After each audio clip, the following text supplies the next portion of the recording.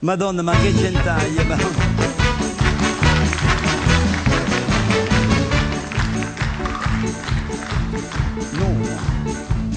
Che cosa vai sana?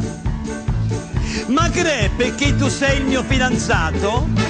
Io non posso fare al fin quel che mi pare. Tu non devi alcun diritto di domandare quando esca dove vado, mio signore. Sì signore, l'altra sera sono andato a passeggiare col sergente dei pompieri. Devo dare conto a te. No, tu mi fa sta carità, mi fa fa. Si te dico stata zitta, di alta zitta, di alta zitta, di alta zitta e mi fa. E devo fare, quando devo fare, maestro. È vero maestro? È simpatico, che belle ragazze che stanno qua. Come hai detto, non tocchiamo quest'altro tasto. C'è Giuseppe, lo studente che sei in bed.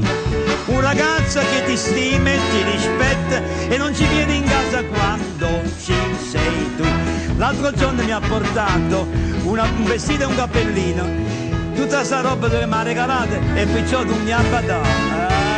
No, tu mi ha fatto la carità, mi ha fa. Si te dico state zitta, di alta zitta, di alta zitta, di alta zitta e mi ha fa. E allora io devo fare, signori, quando è il momento che devo fare. Dovete applaudire, signore, così pazzo, guardate. No, ma quale mossa, per piacere la mossa, guardate. Abbiate che sto cantando francese, quello è un discorso serio. Sono un artista serio, famoso.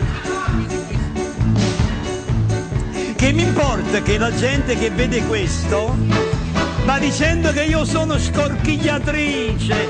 Tu e loro vi dovete far capace quella donna, quel che vuole, quello fa. Io non faccio la spigiosa, ma ti dico tutte cose, però quando siamo sposi non ti dico niente di più. Ah no, tu mi fai sta carità, mi fa fa. Si ti dico state zitta, di alta zitta, di alta zitta, di alta zitta e mi fa fa.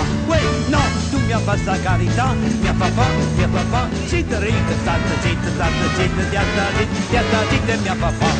Ah! Madonna, arrivederci, grazie.